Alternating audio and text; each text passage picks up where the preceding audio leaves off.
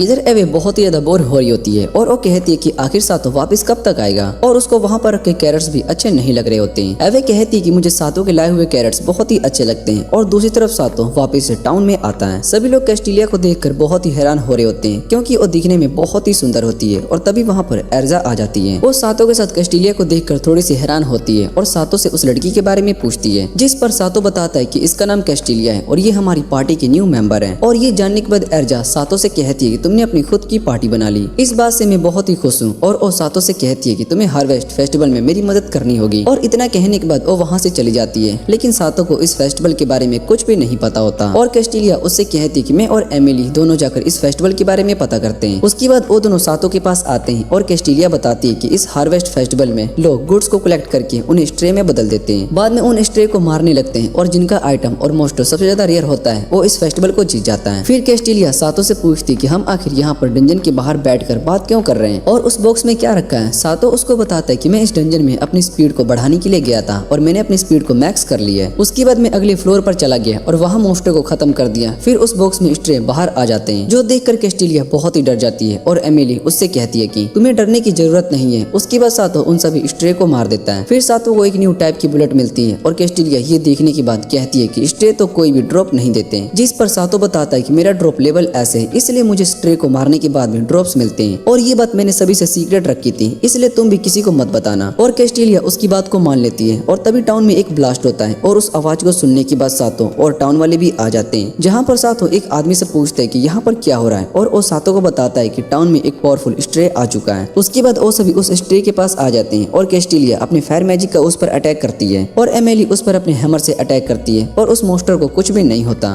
और ये देखने के बाद सातो उस मोस्टर को उठाकर हवा में फेंक देता है और उसको अपनी न्यू बुलेट का यूज करके पकड़ लेता है। उसके बाद उसको शूट कर देता है और वो मोस्टर खत्म हो जाता है। फिर सातो को ड्रॉप आइटम में एक बैग मिलता है। इधर एमिली का हैमर भी बैंड हो चुका होता है और सातो उससे कहता है कि अब हम तुम्हारे लिए नया हैमर बाय करेंगे, जिस पर एमिली उसको मना कर रही होती है और उस हैमर को सही करने की कोशिश कर रही होती है, लेकिन वो हैमर पूरी तरीके से टूट जाता है। ये देखकर एमिली निराश हो जाती है और सातो उससे कहता है कि तुम्हें निराश होने की जरूरत नहीं है, हम कल शॉप पर जाकर न्यू हैमर खरीद लेंगे। एमिली भी इसके लिए मान जाती है और रात को एवे एक आदमी से पूछती कि आखिर स्ट्रे को किसने मारा है, जिस पर वो बताता है कि सातो ने उस स्ट्रे को मारा है। ये सुनने के बाद एवे बहुत ही खुश हो जाती है और कहती कि सातो टाउन में वापस आ चुका है। और दूसरी तरफ एमिली और सातो नया हैमर लेने के लिए शॉप पर आ जाते हैं, जहाँ शॉप ओनर एमिली से कहता है कि हम तुम्हें एक स्ट्रॉन्ग हैमर देंगे, जो सुनने के बाद एमिली कहती है कि उसका प्राइस तो बहुत ही ज्यादा होगा। फिर शॉप ओनर उससे कहता है कि तुम्हें वो हैमर फ्री में दिया जाएगा और तुम टाउन में बहुत ही पॉपुलर हो और इस तरह से हमारे हैमर की ब्रांडिंग भी हो जाएगी। एमिली इसके लिए मान जाती है और उसके बाद सातो वापस से डंजन में जाता है, जहाँ पर उसको प्रिंसेस का गार्ड दिखाई देता है। वो उससे पूछते कि क्या आपने कोई नया प्रोडक्ट बनाया है और वो सातो से कहता है कि हम इस बारे में ही सोच रहे हैं। फिर सातो उन्हें एक रिंग बनाने का आइडिया देता है और उन्हें वो बहुत ही अच्छा लगता है। दूसरी तरफ वो मोस्टर प्रिंसेस पर अटैक करने वाले होते हैं, लेकिन सातो उन सभी को हरा देता है और प्रिंसेस को भी सातो का आइडिया बहुत ही अच्छा लगता है। वो सातो से कहती कि हमारा पहला प्रोडक्ट तुम्हें दिया जाएगा। सातो इसके लिए मना कर रहा होता है और तभी प्रिंसेस उससे कहती है कि तुमने हमारी बहुत ही मदद की है। इधर एमिली अपने हैमर के लिए स्ट्रॉन्ग हैंडल सेलेक्ट कर रही होती है और तभी वहाँ पर एवे आ जाती है और वो सातो के बारे में पूछती है। एमिली बताती है कि सातो डंजन में गया हुआ है, उसके बाद ओदेलेलू डंजन में जाएगा और ये सुनने के बाद एवे सातो को ढूंढने के लिए चली जाती है। इधर सातो अपने न्यू ड्रॉप आइटम को देख रहा होता है, जो कि बहुत ही यूजफुल होता है और उसके सारे ड्रॉप्स को खुद उसमें स्टोर कर लेता है। सातो कहता है कि उस समय अगर इस बैग ने उन सीड्स को कलेक्ट नहीं किया होता तो मेरा सीक्रेट सबके सामने आ जाता। इधर एवे उस डंजन में जाती है, लेकिन उसको सातो नहीं मिलता और उसके बाद एवे अर्जा के पास आती है, पर सातो वहाँ पर ही नहीं होता,